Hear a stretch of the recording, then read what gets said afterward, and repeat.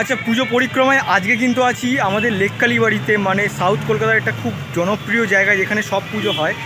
আগের বছর থেকে কিন্তু এই পুজোটা স্টার্ট হয়েছে, কিন্তু আগের বছরটা আমি কভার করতে পারিনি, কিন্তু এবছরে চলে এসেছি তোমাদের দেখাবো। খুব সুন্দর করে প্যান্ডেলটা ডেকোরেট করেছে আর প্রতিমাটাও খুব সুন্দর হয়েছে। সমস্তটা দেখাবো তোমাদের, বিনা স্কিপ করে দেখতে থাকো ব্লগটা, আশা করি ভালো লাগবে।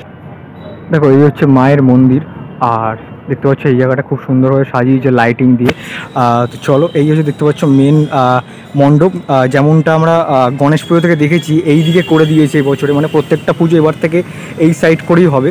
আর দেখতে পাচ্ছ খুব সুন্দর করে কিন্তু প্যান্ডেলটা একটা মানে প্যালেস টাইপের কিন্তু বানানো হয়েছে, যেটা কিন্তু দেখতে খুব সুন্দর লাগছে, মনে হচ্ছে শ্বেত পাথরের প্যালেস।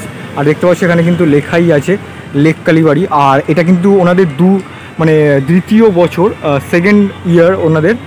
তো চলো প্যান্ডেলটা তো ভেতরে তোমাদের ঘুরে দেখাবো। ভেতরে কিন্তু খুব সুন্দর একটা কলেজ স্কোয়ারের মতো কিন্তু ঝাড় করেছে, তোমরা ওই স্বাদটা পাবে এখানে এলে। আর প্রতিমাটা দেখতে পাচ্ছ সামনে থেকে, মানে যতটুকু দেখাতে পারছি। তো চলো সামনে গিয়ে একদম পুরোপুরি দেখাবো।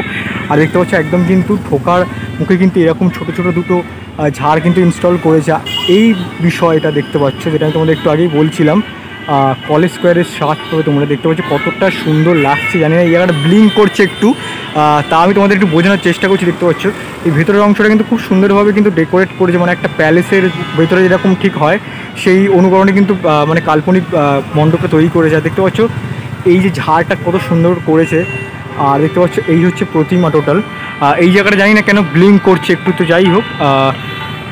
দেখতে পাচ্ছ এই হচ্ছে প্রতিমা, দেখতে পাচ্ছ সনাতন উত্তরপালে এই বছরেও করেছে। প্রতিটা প্রতিমাই কিন্তু সনাতন উত্তরপালেরই ওনারা করে থাকেন লেক কালীবাড়ির। জানো তোমরা প্রত্যেকটা পুজোই কিন্তু হয়। এবছরে কিন্তু 2024 সালে কিন্তু আবার বিশ্বকর্মা পুজোও কিন্তু অ্যাড অন হয়েছে, কিন্তু ওটা তোমাদের আমি দেখাতে পারিনি।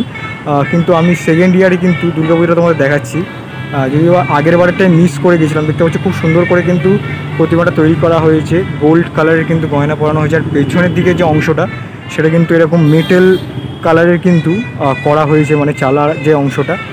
দেখতে পাচ্ছ যথেষ্ট কিন্তু বড় প্রতিমাটা, দেখতেই পাচ্ছ, তোমরা দেখে বুঝতে পারছো।